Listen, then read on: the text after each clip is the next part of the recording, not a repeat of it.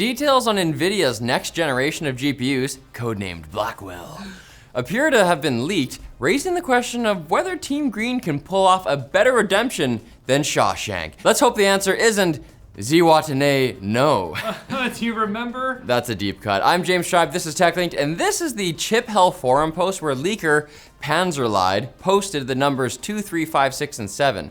Before you think Panzerlied forgot how to count, Liverpool FC fan and hardware leaker Kopite7 Kimi elaborated that the upcoming Blackwell GPUs will be cut into 5 dies, the GB202, 203, 5, 6, and 7. That naming is notable for 2 reasons. Lots of numbers today. 200 series usually represents dies that are respins, chips that are built again to be better, faster, costlier. Also, there is no 4 variant, which is typically meant to be used for the best bang for the buck GPU. I guess that doesn't exist anymore, until Nvidia decided to prank us by giving that designation to the die for the 4070 and 4070 Ti. Say it. Floor tom symbol. Oh. Now, Nvidia has replaced the X04 die designation with X05. Does the higher number here indicate lower performance as usual? Or did Nvidia just want a chip that accurately referenced their favorite mambo? The new RTX Mambo number 5. Hey, no Lubega voice. A group of 6 music labels, including Sony and UMG, is suing the Internet Archive over their attempt to preserve music recorded on 78 RPM discs, a format that was discontinued in 1959. Holy cow, you know you're evil. When? The Archive's Great 78 project is trying to save the work of Louis Armstrong, Ella Fitzgerald, Frank Sinatra, and many other talented dead people. But the labels argue that because the preserved songs are already available to stream, there's no chance they'll be lost, forgotten, or destroyed. Which, you know, press X to doubt. You only can stream one version usually. When there's a remaster, that's what you get. When they're in the cloud, they're there forever. So stupid. According to the Internet Archive, the olden times recording still holds significant research value as artifacts and usage evidence. And that's artifacts as in unintentional sounds and audio recording, not like the Venus of Willendorf. Hot. This comes only 4 months after the Internet Archive lost another copyright lawsuit brought on by a group of large publishers who sued the archive for making digital books available without restriction during the unprecedented global pandemic when most of the world's libraries were closed. The archive says it plans to appeal the decision, apparently unapologetic for their dastardly crimes of enabling literacy. But if they can read, they won't stream our music. Disney has decided to stop producing physical media in the entire country/continent of Australia because I guess not enough things regularly perish there. They do. That's there's spiders. They have spiders. There's lots of spiders. The House of Mouse is instead going full throttle on Disney Plus because why charge a customer once for something they really want when you can charge them for one thing they want and thousands of things they don't want every month until they die?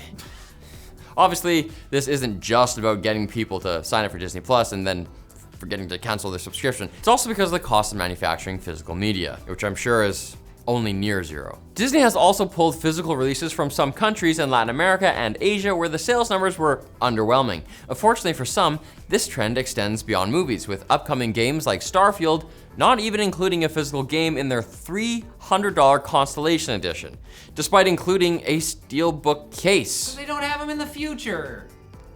Alan Wake 2 is an example of a big budget game releasing digital only, and even Alan Wake 1 distributor THQ Nordic is begging for discs. Please, give us the discs. They're great frisbees. Get your own damn discs. Now it's time for the Quick Bits, brought to you by The Ridge. Are you tired of carrying around a bulky traditional wallet? Let me introduce you to The Ridge wallet. Its sleek, low-profile design allows you to carry all your essentials without the unnecessary bulk of a normally unnecessarily bulky wallet. Plus, with its RFID blocking technology, you can rest assured that your cards are protected from digital theft.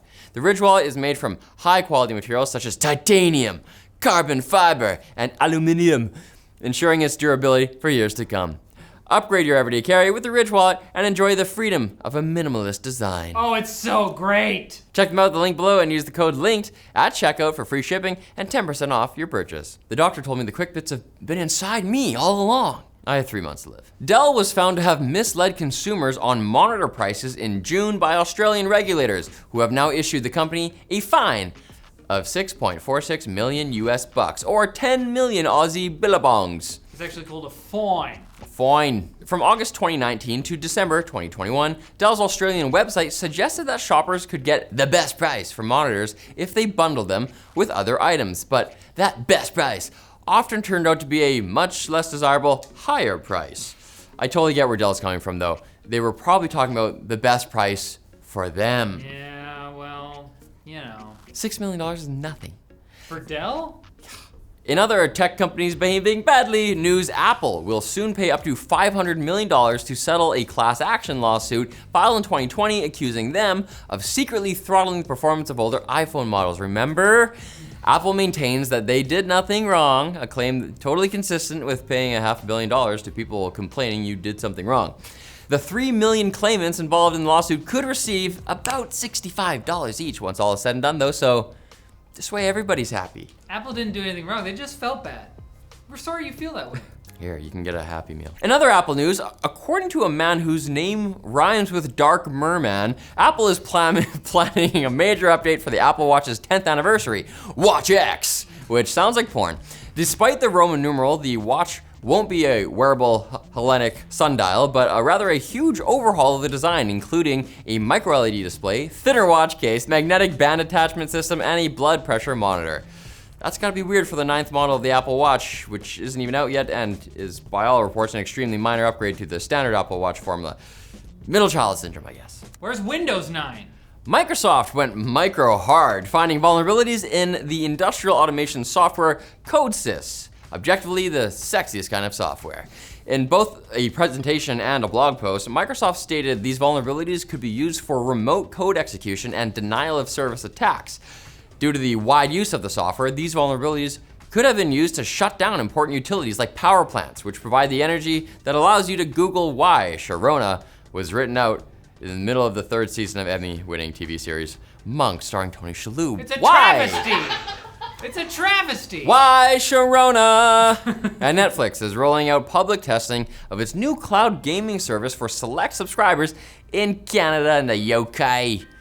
What? Why? Oh, it's weird, very weird sounds.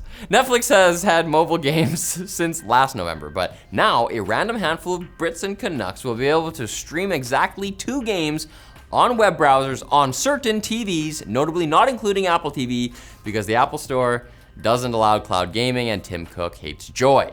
To be clear, this is less about exclusivity and more about making sure that the new system doesn't crap up its own back if 1 million people log on simultaneously. What an image. Jeez. That was not in the script. And you should get your friends all on simultaneously to watch this Wednesday's episode of Tech Linked. You can sit all together and say nothing while you stare at your phone. It's just like dinner at my parents' house. Except my mom uses an iPad.